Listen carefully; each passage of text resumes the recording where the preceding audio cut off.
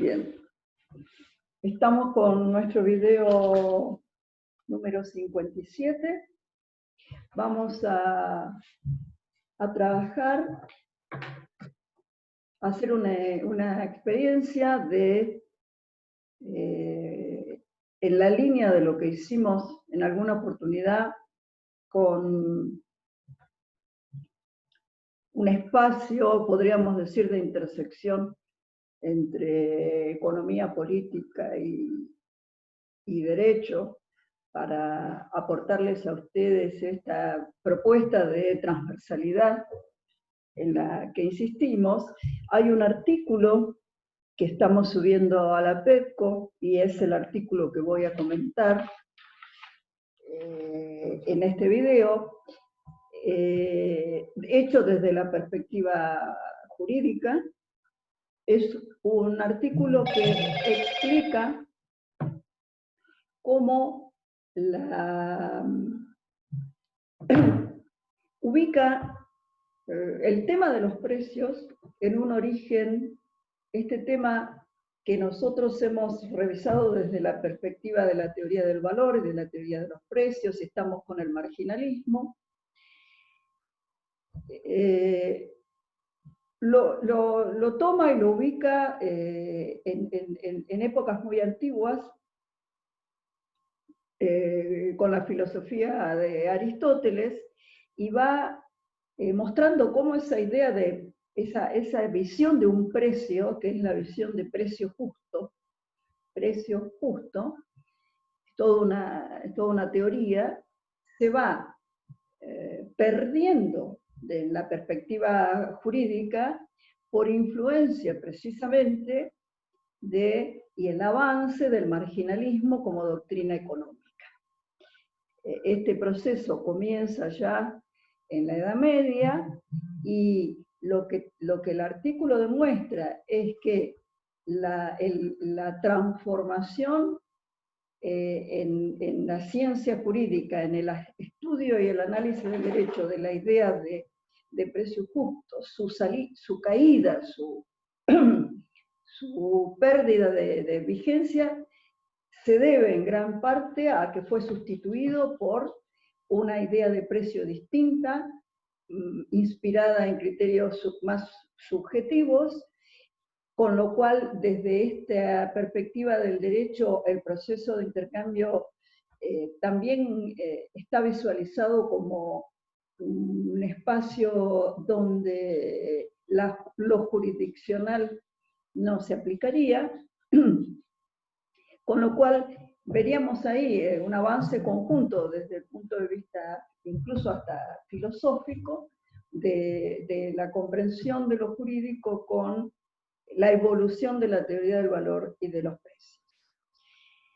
En fin, según estos escritores, los autores del artículo, el filósofo Aristóteles fue el primer economista analítico.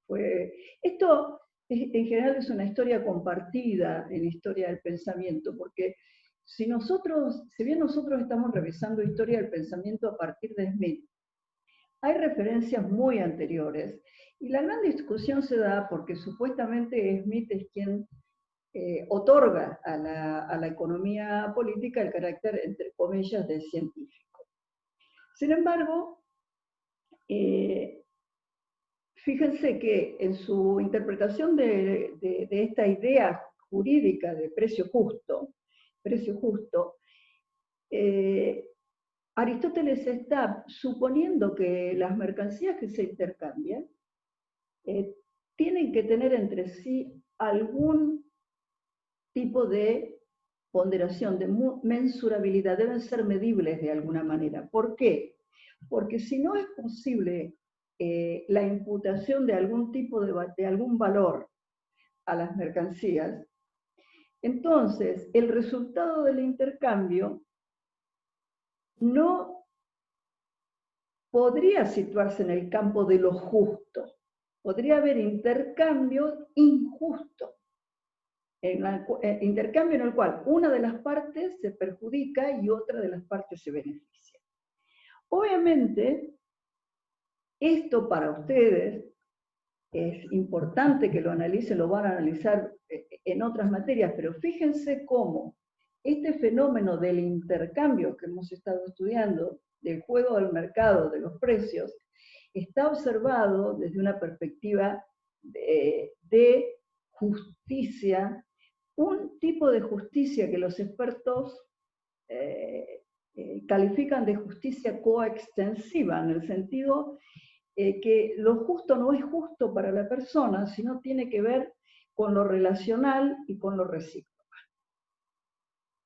Entonces, este intercambio que nosotros, de mercancías que nosotros hemos venido analizando desde la perspectiva económica, del pensamiento de Smith, de Ricardo, de los marginalistas, desde esta visión del precio justo se entiende, en esa época se entendía la relación mercantil al intercambio como desigual por naturaleza. Había una gran preocupación por analizar si el intercambio como proceso realmente era igualitario, era equitativo. Ahora, obviamente, esto significa observar el intercambio a partir de la consideración de valores, de un valor supremo de justicia, en un supravalor entendido como una justicia total, y no la mera justicia de un hecho individual o de un individuo, para un individuo en particular. Fíjense ustedes qué interesante cómo, por eso les recomiendo la lectura del artículo y la discusión de este tema, cómo desde esta óptica aristotélica la actividad de intercambio que Adam Smith incluso llegaba a naturalizar, es decir, una naturaleza humana, está vista como una actividad que puede resultar injusta desde esta perspectiva de justicia. Por lo tanto, ¿cómo evitar esta injusticia? Bien, justamente analizando lo mismo que intentaban analizar los economistas que hemos visto, Smith, Ricardo y posteriormente Marx,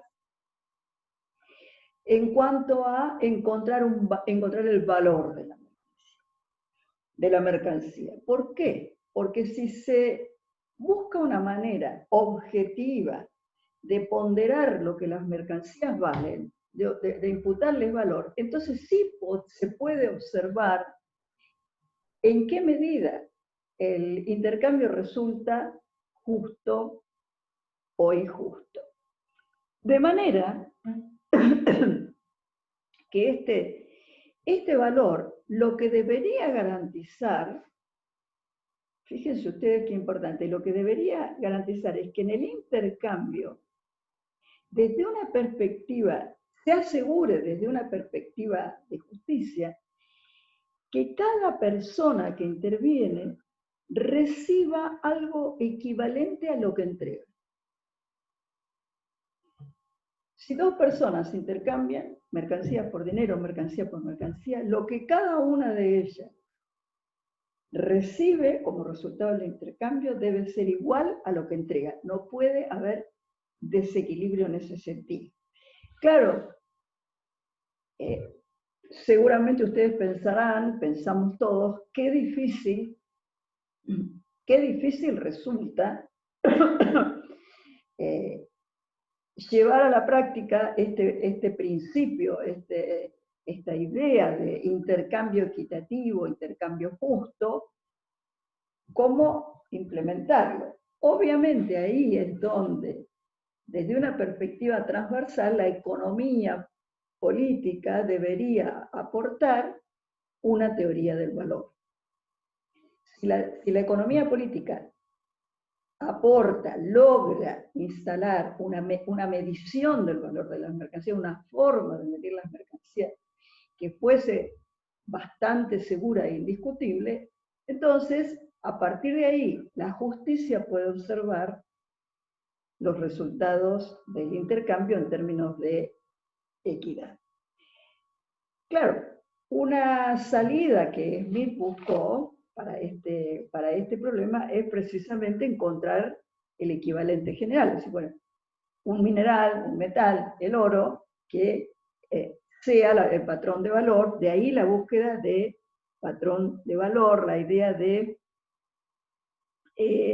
la moneda que en lenguaje filosófico aristotélico nomisma era la moneda entendida como equilibrante, como justicia. Entonces, si A y B intercambian dos mercancías, X e Y, A no puede tener, después del intercambio, más de la mercancía que adquirió y de lo que B obtenga de la mercancía que él le entregó. Claro, fíjense qué problema. Hay un historiador muy importante, Eric Roll, que ha escrito una de quizás de las historias del pensamiento sobre economía más importantes, más significativas, que habla de, digamos, plantea escepticismo frente a esta posibilidad. ¿Por qué? Porque él dice que determinar el valor abstracto, esta idea de llegar a una abstracción, a un número, a imputarle a cada mercancía para después poder observar y poder separar los beneficios y los perjuicios que cada uno de los que participan en el intercambio sufren o tienen, termina siendo una cuestión, le achaca esto de decir, bueno, pero en última instancia, entonces el valor sería una cuestión moral. Claro, ¿cuál es su argumento? Si el valor es un instrumento que la economía política aportaría para complementar el análisis de esta idea de justicia, entonces obviamente el valor dejaría de ser algo que tiene que ver con el intercambio y se transformaría, estaría lleno de moral, principios morales. Bueno, lo que sucede pues es que en la Edad Media, con otro tipo de filosofía, y de filosofía sobre todo escolástica, Santo Tomás, esto ustedes lo van a ver en otras materias, esta idea de precio justo aristotélica se va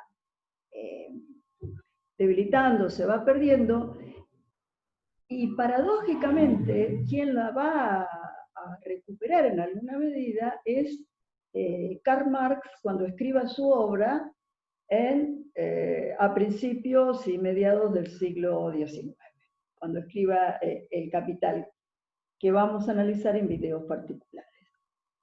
Hasta la instancia de Marx, la economía política lo que había aportado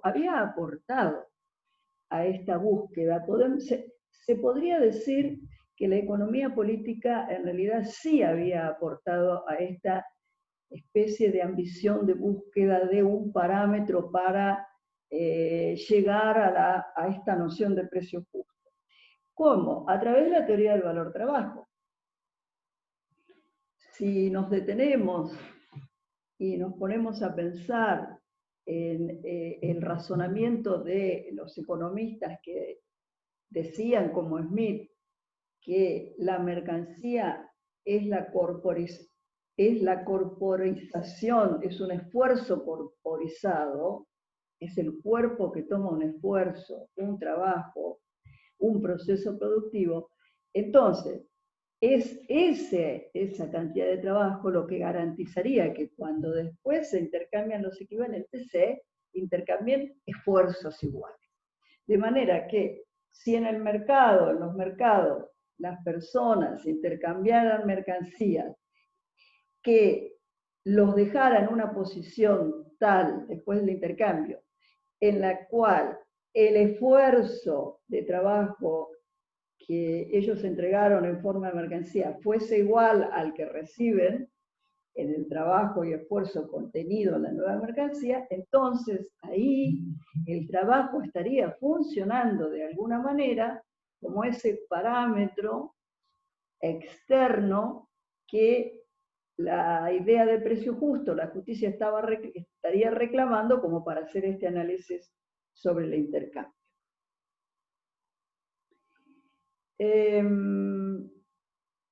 Bueno, todo lo que nosotros hemos analizado sobre la obra de David Ricardo es muy importante porque ahora podemos mirar de nuevo los videos de Ricardo y leer sobre Ricardo, dándonos cuenta que Ricardo va a comenzar a operar de alguna manera sobre esta discusión, sobre esta realidad, y la modificación, su propuesta de teoría del valor del trabajo es impactante en este sentido porque él sí considera y adhiere a que sí el trabajo es un parámetro, que tiene que haber en el intercambio, tiene que haber equivalentes, deben intercambiarse cantidades de trabajo equivalentes, pero incorpora el capital. ¿En qué sentido? No se trata ya del trabajo vivo, el que realiza, como se denomina en términos de esa economía política de esa época, el trabajador, sino la máquina, que es trabajo anterior, o trabajo pasado, o trabajo muerto, como dicen algunos. De ahí que Ricardo justifique diciendo, las mercancías valen por el trabajo incorporado, pero ese trabajo se divide en dos: el salario, el trabajo del obrero, que es retribuido mediante el salario, y el trabajo, entre comillas, aportado, trabajo histórico anterior aportado por el propietario de la máquina, que es la ganancia. Entonces, de esta manera, además, Ricardo expresa claramente que en la medida en que la tecnología evoluciona, es un fenómeno que lo vamos a volver a comentar, en la medida en que la tecnología evoluciona, el esfuerzo y la cantidad de trabajo, podríamos decir que cada vez tiende a ser más pasado y a ser menor en términos vivos, es decir, cada vez es más conocimiento abstracto acumulado, lo que es difícil de ponderar, y menos trabajo vivo manual. Bueno, lo que el artículo describe a partir de este análisis es cómo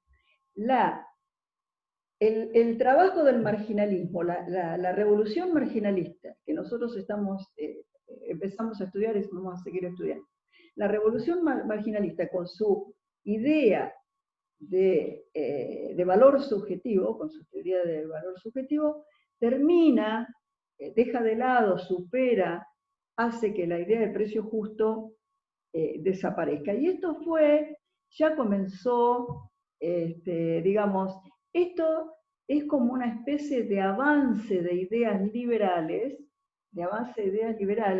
que comienza ya en el siglo XVI y cuaja, termina de consolidarse en esta época que estamos estudiando, que es siglo XIX. Adam Smith de ahí podemos entender, mirando todo este artículo, podemos entender cómo Smith escribió, además de la riqueza de las naciones, escribió otro libro que se llama Teoría de los sentimientos morales, que precisamente donde trabaja y analiza todas estas cuestiones. Porque cuando se plantea este tema del intercambio, y si el intercambio es o no es justo, empieza, empieza a imponerse el criterio de que el carácter moral de los actos de las personas, un acto bueno y se diferencia de un acto malo, es muy difícil de establecer porque la ponderación es individual. Hay una idea de que lo bueno o lo malo tiene que ver con la carga subjetiva de cada persona. Y esto es muy importante, yo por eso insisto para ustedes, ver cómo esta filosofía liberal impregna también la idea de justicia. Porque entonces podría decirse que todo reclamo, en la medida que obedece a un interés subjetivo, es justo. ¿Qué es la justicia? Bueno, la justicia sería no algo superior, sino una especie de arquitectura que logre un entramado tal que satisfaga los intereses en disputa. Piensen ustedes todo el impacto que en distintos trabajos de la justicia, por ejemplo, estoy pensando en la mediación, y cómo este avance del liberalismo impregna de esta idea, que por otro lado también es la idea del mercado. El mercado es muy parecido, y la idea de la democracia en la política. La inexistencia de nada superior, sino que todo es como una especie de entramado de intereses subjetivos que de alguna manera deben equilibrarse, tanto en lo político a través del voto, en la justicia a través del Poder Judicial y en el intercambio a través del mercado. Gran discusión, entonces se comienza a separar ahí esta vieja idea que da de lado, esta vieja idea aristotélica de que la economía, el intercambio tenía algo que ver con lo bueno o lo moral, para nada. El problema de la economía política no puede analizarse desde la perspectiva de la moral, porque la moral es subjetiva. Entonces, si la moral es subjetiva, la economía es una disputa o una disputa de intereses que debe ser sometido a algún proceso de equilibrio. Ahora, la pregunta que surge con esto es, bueno, esto podríamos verlo así como transversal. Es esta idea, volvemos a repetir, esta idea de la justicia como articulación de intereses individuales subjetivos, se corresponde con la idea de la democracia en la política representativa y la idea, la figura del mercado en la economía.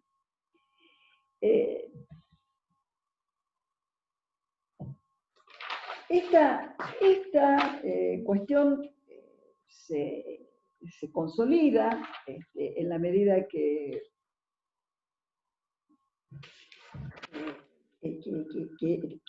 esta filosofía liberal se va proyectando, se va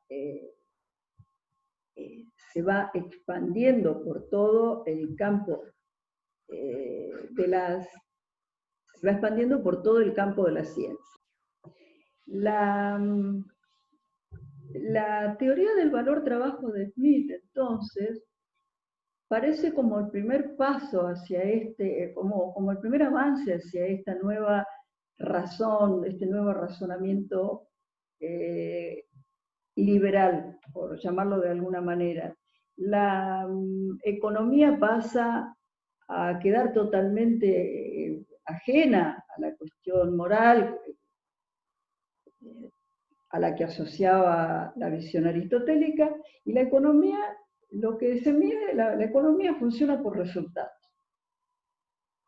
La economía funciona por resultados, por producción, por datos concretos materiales. No tiene absolutamente ninguna conexión ni con la moral, ni con las ideas, ni con la justicia.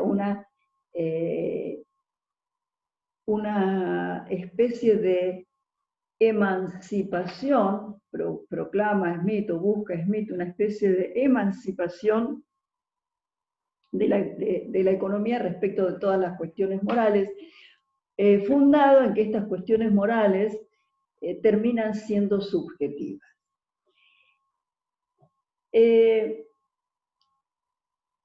Cambia también a partir de esta, ahí también podemos conectar este camino, esta trayectoria hacia lo subjetivo, hacia el pensamiento liberal, también con la cuestión del Estado, porque el Estado estaba visto, por lo menos en algunos textos, en algunas vertientes de la escolástica, como autoridad. El Estado debe garantizar un marco de legalidad, tiene autoridad para garantizar un marco de legalidad, y de este marco, sobre este marco de legalidad debe funcionar el intercambio. Supuestamente lo que se estaba pensando ya se estaba pensando en esas épocas en que el intercambio admite las posibilidades de fraude, de engaño, de violencia, de robo, de apropiaciones, en fin. Entonces, decir que es un fenómeno únicamente económico y que está totalmente fuera de la moral, lo deja de lado también, lo deja fuera también de todo tipo de marco legal. Por lo tanto,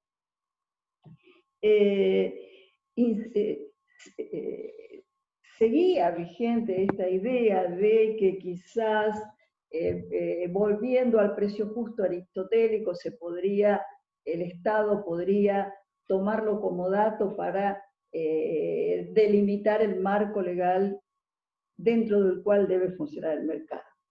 Pero también hay una transformación en Santo Tomás de Aquino, y el precio justo no resulta posible de definir. Fíjense ustedes que así como Santo Tomás no puede definir precio justo, Smith tampoco podía definir valor. Entonces, esta falta de esta dificultad teórica, analítica, para pensar en términos más objetivos, es la que conduce a esta idea de subjetivación de lo justo.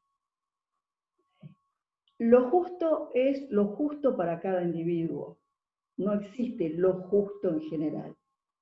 Es lo justo individual. Y si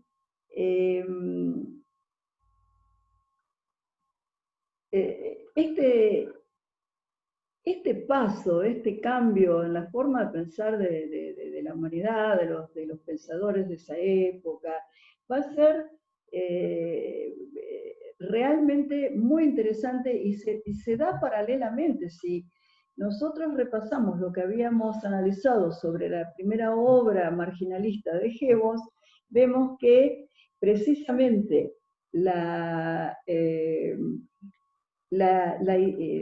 el desdén con que Jevons deja de lado la palabra valor y empieza a hablar de términos de intercambio o de relaciones de intercambio, se ubica en la misma línea. Sería ya meternos en un terreno muy complicado, pero hay obras de Foucault, que también, un filósofo francés contemporáneo, que hablan de precisamente la disolución de lo jurisdiccional. Esa idea de jurisdicción se disuelve y pasa a ser reemplazado por esta especie de una especie de supuesto libre albedrío y subjetividad.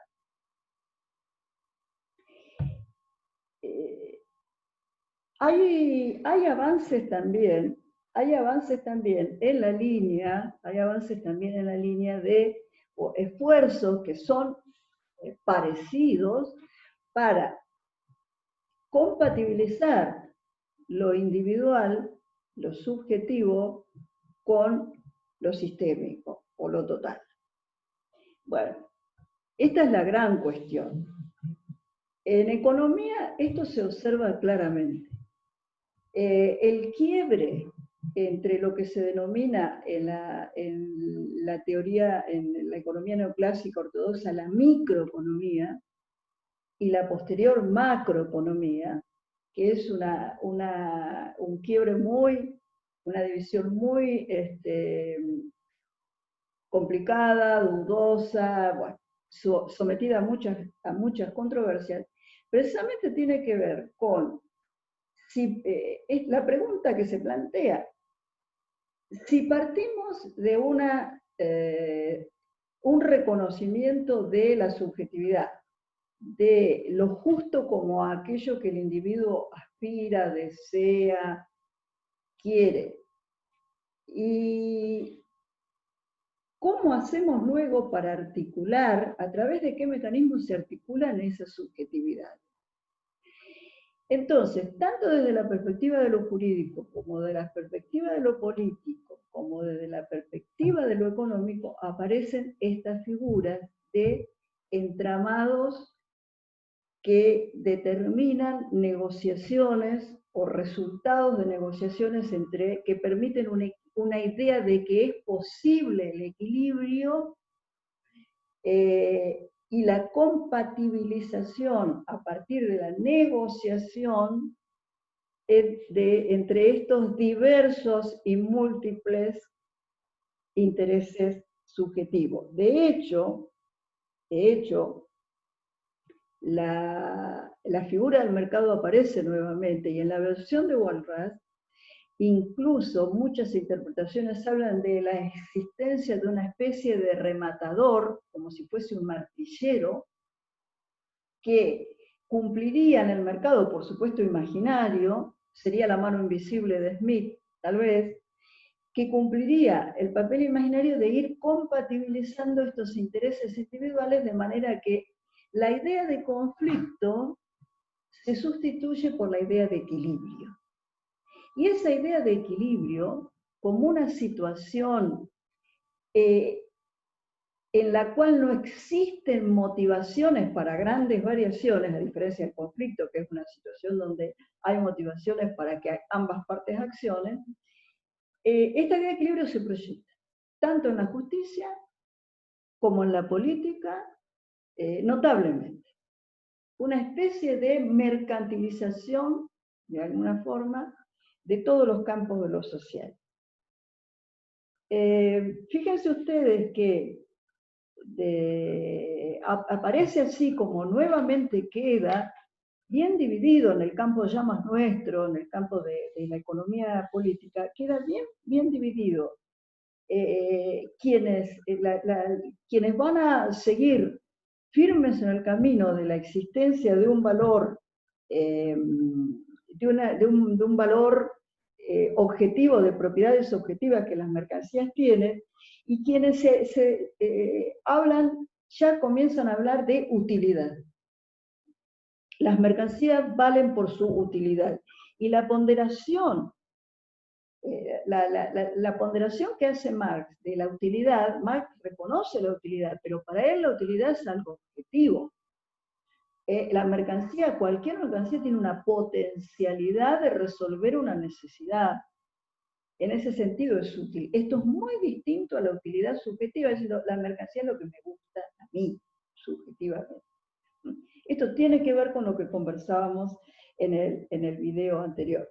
De manera que ahí vemos cómo toda esta discusión, incluso Marx va a recuperar planteos de Aristóteles en este sentido de buscar lo objetivo en las mercancías. Lo que sí queda claro es, una vez más, como habíamos analizado en el video del marginalismo, que ya se si empezamos a concentrarnos en el proceso de intercambio, lo que vemos ahí en el proceso de intercambio es negociaciones que no tienen absolutamente nada que ver con los costos de producción de las mercancías e incluso con esta utilidad objetiva de las mercancías. Y ahí empieza este estudio de teoría de los precios, como conversábamos en el otro video, que ahora podemos entender un poco más por qué la utilidad se transforma en una variable tan determinante. Hay obras como, obras como las del filósofo alemán Gossen, que son, incluso propuso una ley donde plantea de que hay que estudiar las mercancías. Hay un dato externo que determina la utilidad de la mercancía, que es la escasez. Sí hay un dato externo. Ahora, una vez que se estima que las mercancías son escasas, por eso decíamos que ahí se separa la visión, porque mientras los clásicos buscaban estudiar productos, el marginalismo, la neoclásica, deja de lado el carácter de producto y toma básicamente lo que hay ya producido, y que la utilidad efectivamente no tiene nada que ver con lo necesario, sino que es aquella propiedad que tienen las mercancías de satisfacer, o los bienes, de satisfacer necesidades, expectativas individuales, subjetivas del individuo. Es la teoría de la utilidad netamente subjetiva. Y que además de ser subjetiva, resulta una cosa muy interesante, porque también depende de la relación que exista entre las utilidades que nos proporcionan a cada uno de nosotros las distintas mercancías a las cuales tenemos acceso. Entonces, lo que se denomina en términos neoclásicos la teoría del consumidor es precisamente un análisis de cómo, enfrentado un consumidor a necesidades y a esta subjetividad, necesidades subjetivas crecientes o deseos subjetivos crecientes, debe hacer una ponderación de utilidades hasta lograr una determinada relación entre cantidades que le generen una determinada utilidad total máxima. ¿Qué quiere decir esto? Que nuevamente las utilidades de cada mercancía, que decrecen marginalmente, es decir, se supone que cada unidad adicional entramos, esta es la ley de Gossen, entramos en situaciones donde estamos satisfechos. Sin embargo, de la articulación de todas las mercancías surge una especie de curva de utilidad o propuesta de utilidad, que es la que después se lleva al mercado.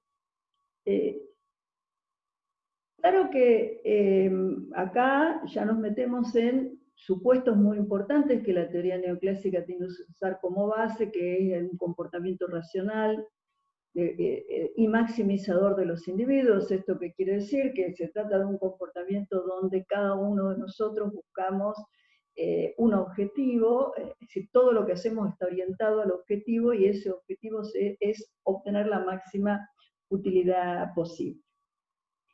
De manera que lo que sería la filosofía liberal o el liberalismo en lo político sería la democracia liberal.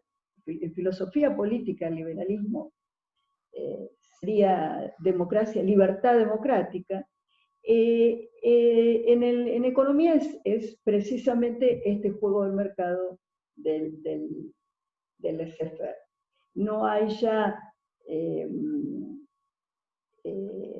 valores morales.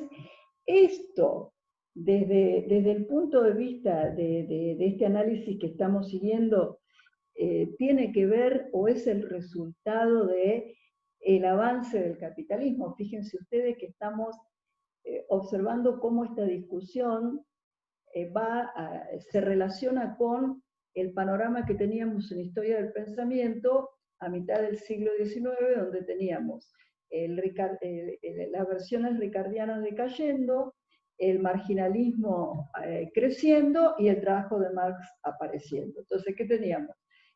Asimilación del capitalismo, caída de la vieja teoría clásica y la crítica del capitalismo de Marx. Con toda esta explicación y este marco general, esta base de este liberalismo como filosofía general, se entiende mejor la obra de Menger, de Gibbons, de Walras, de los primeros marginalistas, que es la que nosotros analizamos en el video anterior.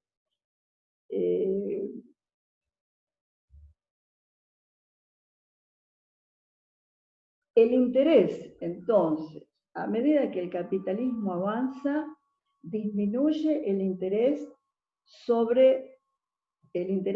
en la producción, en el fenómeno de la producción como fenómeno social, y es ahí donde la economía neoclásica ortodoxa puede volver a esta figura del individuo tipo Robinson Crusoe, que está solo,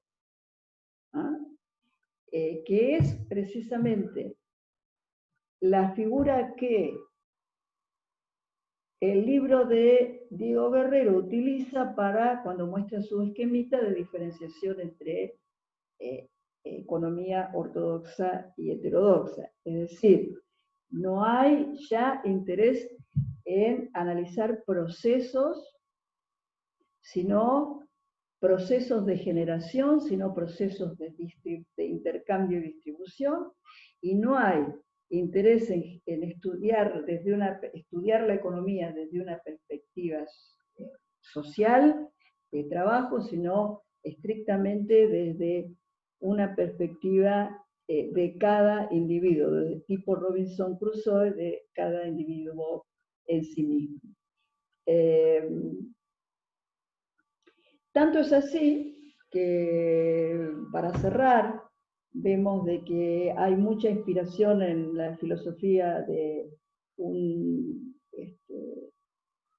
filósofo muy antiguo, Jeremy Bentham, 1748-1832, que directamente atacaba la idea, siguiendo este argumento, ataca la idea de justicia, o la desvaloriza, dice, en realidad no hay que hablar de justicia, sino hay que hablar de placer o displacer, placer o dolor en las personas. Entonces, el proceso de cambio no debe ser analizado en términos de justo e injusto, sino en términos de el placer o displacer relativo que las mercancías resultantes generan para cada uno de los que participan en ese proceso.